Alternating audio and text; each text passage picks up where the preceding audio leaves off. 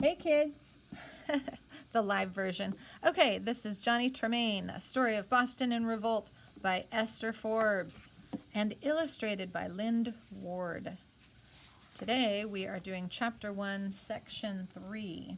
So let's get started. Now last time we left off with Johnny getting teased by the girls, but they kind of like that relationship. The girls love to tease him, and he loves to get teased, but it is embarrassing. As you can tell, his ears were scarlet. So, Section 3. He decided to do nothing that would lay him open to such criticism for at least a morning, but he couldn't help it. First, if he had not jumped on Dusty, the furnace would have gone out. Then he had to explain to his master how badly Dove had done the spoon. Although, remember yesterday, Dove had the spoon that was misshapen and Johnny was telling him, hey, you have to redo that. Although he had tried to sound humble, he was soon behaving perfectly naturally, standing over Mr. Lapham with his notebook in his hand, reading off exactly how those spoons had been ordered. Mr. Lapham was a fine craftsman. His weakness was that he never wrote down what was ordered or even listened very carefully. If a patron ordered a sauce boat, he would get a fine one, perhaps a month after it had been promised. Sometimes it weighed a little more, sometimes a little less than it was supposed to. Sometimes it had splayed feet when a gadroon edge had been asked for. Mrs. Lapham herself had told Johnny he must always be on hand and write down exactly what the order was. Remember, Mr. Lapham is getting older. This was necessary, but it did seem cheeky to see the 14-year-old boy standing there telling his master what he was supposed to do. Johnny, having started everybody off on his work, even Mr. Lapham, decided to go to the coal house and see if he should order more charcoal. It was such things Mr. Lapham never thought about until too late. And if they run out of charcoal, they can't run the fire, and you can't melt the silver, and you can't work. There were 2 basketfuls of charcoal and at least half another scattered over the floor. That was the other boy's fault. Johnny himself was too valuable to carry charcoal. He started to yell for Dusty, thought better of it, and went to work arranging the dirty stuff himself. When he was a master craftsman, he wasn't going to buy charcoal by the basket. He was going to own his own willows, say Houghton Mifflin. That would save, say, 2 pence a basket. In a year, he began to figure. And he wouldn't take just any boy whose father or mother wanted him to be a silversmith. He'd pick and choose. He saw himself sitting at his bench, his shop crowded with boys with mothers, boys with fathers, all begging to be allowed to work for him. He'd not talk to the parents, only to the boys. What church did they go to? King's Chapel? All right. Describe to me at least one piece of silver you see used every Lord's Supper. If they could not answer that, he'd know they hadn't got silver in their blood. But how could he find which boys had nice hands? Johnny! It was Madge's voice that pulled him out of his reverie. He wiped his black hands on his leather breeches and stepped out into the sunlight of the tiny backyard. What is it, my girl? He often thus arrogantly addressed his master's granddaughters, really his own mistresses. Ma sent me, Johnny. It's Mr. Hancock himself. He's in the shop ordering something. Stand by and listen, or Grandpa will get it wrong. Everybody knows that Mr. Lapham doesn't really pay close attention. Dorcas next flung herself upon him, too excited to be elegant. Johnny, hurry, hurry! It's Mr. Hancock. He's ordering a sugar basin. Can't you go faster? Shake a leg.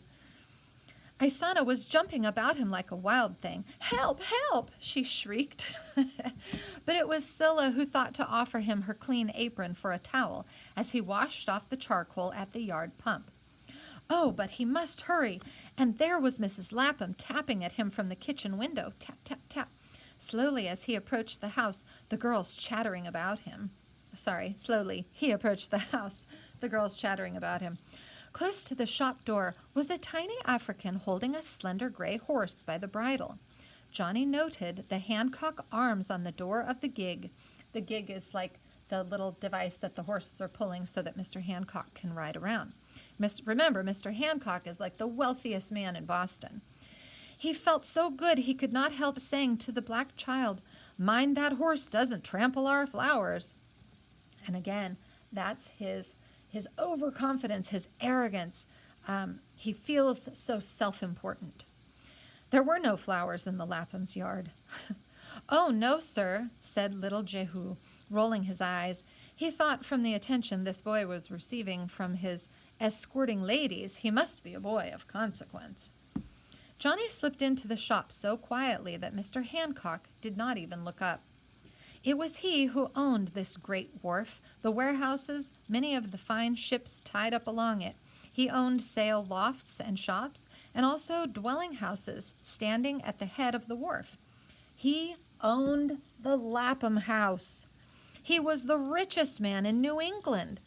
Such a wealthy patron, as they say in France, such a wealthy patron might lift the Laphams from poverty to affluence, and that means riches or a state of wealth. Mr. Hancock was comfortably seated in the one armchair which was kept in the shop for patrons. "When I'm master," thought Johnny, "there are going to be 2 armchairs, and I'll sit in one." Unobtrusively, Johnny got his notebook and pencil. Dove and Dusty were paralyzed into complete inaction. Inaction being the prefix meaning no action. "Do something," Johnny muttered to them, determined his master's shop should look busy. Dusty could not take his eyes off the green velvet coat, sprigged white waistcoat, silver buttons and buckles on the great man, but he picked up a soldering iron and nervously dropped it. "And to be done next Monday, a week from today," Mr. Hancock was saying. "I want it as a birthday present to my venerable Aunt Lydia Hancock. This is the creamer of the set. Only this morning a clumsy maid melted the sugar basin. I want you to make me a new one. I want it about so high, so broad." Johnny glanced at the delicate, lace-ruffled, gesturing hands, guessed the inches, and wrote it down. Mr. Lapham was looking down at his own gnarled fingers. He nodded and said nothing. He did not even glance at the cream pitcher as Mr. Hancock set it down on a workbench. Johnny's hard, delicate hands, so curiously strong and mature for his age, reached quickly to touch the beautiful thing. It was almost as much by touch as by sight he judged fine silver. It was indeed old-fashioned, more elaborate than the present mode, and that would be like of the present fashion. The garlands on it were rounded out in repoussé work. Mr. Lapham would have to do the repousséing. Johnny hadn't been taught that. He looked at the handle. A sugar basin would have to have 2 such handles, and they would be larger than the one on the creamer. He'd shape it in wax, make a mold.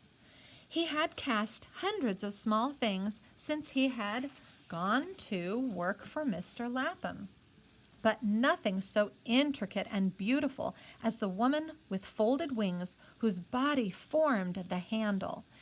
He thought he had never seen anything quite so enchanting as this picture. It must have been the work of one of the great smiths of 40 or 50 years ago. Although he had not intended to address Mr. Hancock, he had said before he thought, "John Coney, sir?" Mr. Hancock turned to him. He had a handsome face, a little worn as though either his health was bad or he did not sleep well. "Look at the mark, boy." Johnny turned it over, expecting to see the familiar rabbit of the great Mr. Coney, who's going to be another silversmith. But instead, there was a pellet and L and a pellet. "Your master made that creamer 40 years ago. He made the entire set. You made it? He had never guessed there had been a time when Mr. Lapham could do such beautiful work. At last, Mr. Lapham raised his protuberant eyes. I remember when your uncle, Mr. Thomas Hancock, sir, ordered that set. Make it big and make it handsome, he said. Bigger and handsomer than anything in Boston. As big and handsome as my lady is. Make it as rich as I am. John Hancock laughed. That is just the way my uncle used to talk.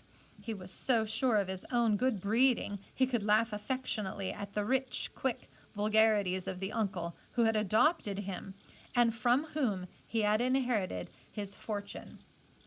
And remember, this is realistic fiction, so this is real. John Hancock was adopted by his uncle, but again, lots of true things in this story. He stood up, a tall, slender man who stooped as he stood and walked. The fine clothes seemed a little pathetic. He had a soft voice and low. But you have not as yet said whether or not you can make my sugar basin for me, and have it done by Monday next? Of course, I thought first of you, because you made the original. But there are other silversmiths. Perhaps you would rather not undertake. Mr. Lapham was in a study. That means he's thinking in his head. I've got the time, the materials, and the boys to help. I can get right at it. But honestly, sir, I don't know. Perhaps I haven't got the skill anymore. I've not done anything so fine for 30 years. I'm not what I used to be, and although neither of the two men could see the door leading from the hall into the shop, Johnny could. There was Mrs. Lapham in her morning apron, her face purple with excitement, and all four girls crowded about her, listening, gesturing at Johnny. Say yes! All five faces, big and little, mouthed at him, yes, yes, yes. So they had forgotten morning prayers, had they? Wanted him to take charge. We can do it, Mr. Hancock. Bless me, exclaimed the gentleman, not accustomed to apprentices who settled matters while their masters pondered. Yes, sir, and you shall have it delivered at your own house a week from today, 7 o'clock Monday morning, and it's going to be just exactly right. Mr. Lapham looked at Johnny gratefully. Certainly, sir, I'm humbly grateful for your august patronage. He was not a proud man. He was relieved that Johnny had stepped in and settled matters. Mr. Hancock bowed and turned to go, but none of the boys thought to run ahead and open the door for him. So Mrs. Lapham, apron and all, barged in, her red arms bare to the elbow, her felt slippers flapping at her bare heels, and did, or overdid, the courtesies for them all. Hardly was the door closed than there was a rap on it. Little Jehu came mincing in, a glitter of bright colors. He solemnly laid 3 pieces of silver on the nearest bench and recited his piece. My master, Mr. John Hancock, Esquire, bids me leave these coins, 1 for each of the poor work boys, hoping they will drink his health and be diligent at their benches. Then he was gone. Hoping they will vote for him when they are grown up and have enough property. That's Mr. Lapham. Don't you ever vote for Mr. Hancock, sir? Asked Johnny. I never do. I don't hold much with these fellows that are always trying to stir up trouble between us and England. Maybe English rule ain't always perfect, but it's good enough for me. Fellows like Mr. Hancock and Sam Adams, calling themselves patriots and talking too much, not reading God's word like their parents did, which tells us to be humble. But he's my landlord, and I don't say much. Johnny was not listening. He sat with the pitcher in his hand. To think the poor, humble old fellow once had been able to make things like that. Well, he was going to turn the trick again before he died, even if Johnny had to stand over him and make him. That's the end of section 3.